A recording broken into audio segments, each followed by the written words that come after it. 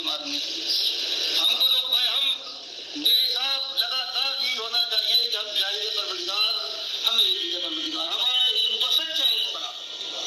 आज इस गुमराही की हालत के दौर में जो आज की हालत है उनकी शक में पेश की जा रही है, बना सवार कर परवरदिगार इसके परहेज से करना चाहिए।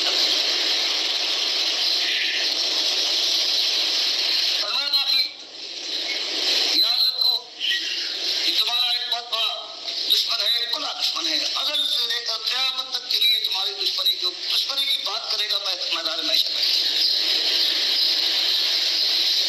तुम्हारा उससे गाफिल न होना, उन्हें तुम्हारी खराबी है। जहाँ ऐसी बात आती है वलक़द अहिलना, और फिर बताया तुम्हारी हैसियत में मालूम। अगर वो बात तो दिखाओ,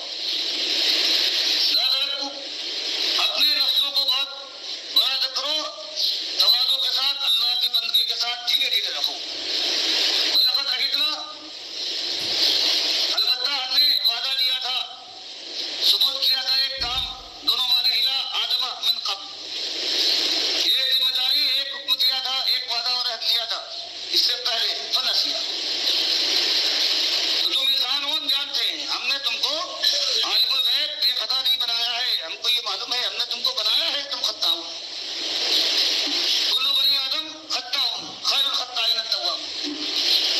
आदम के अंदर वही मारी फरमा रहा है, ये एक चीज हमने रखी है कि तुम्हारा जो बाप थे, हमने उनको एक हुक्म दिया, एक उनसे वादा लिया, और इससे पहले बनसिया, वो वादे को भूल गए। जानते बूझते अल्लाह के सब कुछ नहीं थे, वो भूल जाने वाले होते हैं। वलम नजीद लहू अज़मा, और जब तुम्हारे बाप में हमने वो नहीं पाया कि एक बात कहने के बाद फिर उनका ऐसा हाफजा और उनका आत्मा ऐसा मजबूत हो कभी उनसे भूल न हो सके, तो हम तुम्हारी भूल के ऊपर भी ये न समझना कि हम तुम्हें कहीं माफ करने वाले नहीं हैं। हम तो तुम्हारी फितरत में हमने एक बात रखी है, भूलो लेकिन ऐसे भूलो कि वापस आने वाले, याद करने वाले तुम्हारी भूल हो, भटको लेकिन उसके बाद भटकने के बाद फिर रास्ते पे आ जाओ, तव्वाब बन जाओ। इसका कुरान में फरमाया है कि सही मानों में तव्वाबून होते हैं ये जो मोमिन, सच्चे मोमिन जिन्होंने अल्लाह के हाथ जान माल का सदा कर दिया है, वो तव्वाबून, वो ऐसे लोग हैं कि बार बार परसते, ये नहीं कि फरिश्तों की तरह से उनकी फितरत में गुनाह की कोई चीज न रखी जाए,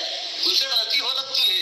और उसके बाद फरमाया कि गलती क्यों होती है, वही जो उस वक्त तुम्हारे बाप को भटकाने वाला था, क़यामत तक तुम्हारे साथ लगा हुआ है, इसलिए उससे बहुत होशियार। उसकी कोशिश तो ये है कि तुमको सही रास्ते से हटाकर जहन्नम के ईंधन बनवा दे, और इसलिए अज़्म के साथ कोशिश करो कि उसके दाव पेच से निकल जाओ, उसके अंदर जो तुम पर फेंके जाए उससे बस निकलने के लिए हाथ पैर मारो। वो वाक़या याद दिलाता है, ऐसा मौका आता है मालिक याद दिलाता है, वो शायद ये शैतान तुम्हारे पीछे लगा हुआ है, तुम्हारे हाथ में है, तुम्हारी राह मानेगा। ये ऐसा इतना बड़ा ठग है कि इसके जो अंदाजे हैं, जिसके अंदाज है, उनको समझना, उनसे बच निकलना बड़ा मुश्किल है। तो इंसान होशियार न रहे। फरमाया वो बात याद करो अपने दुश्मन का,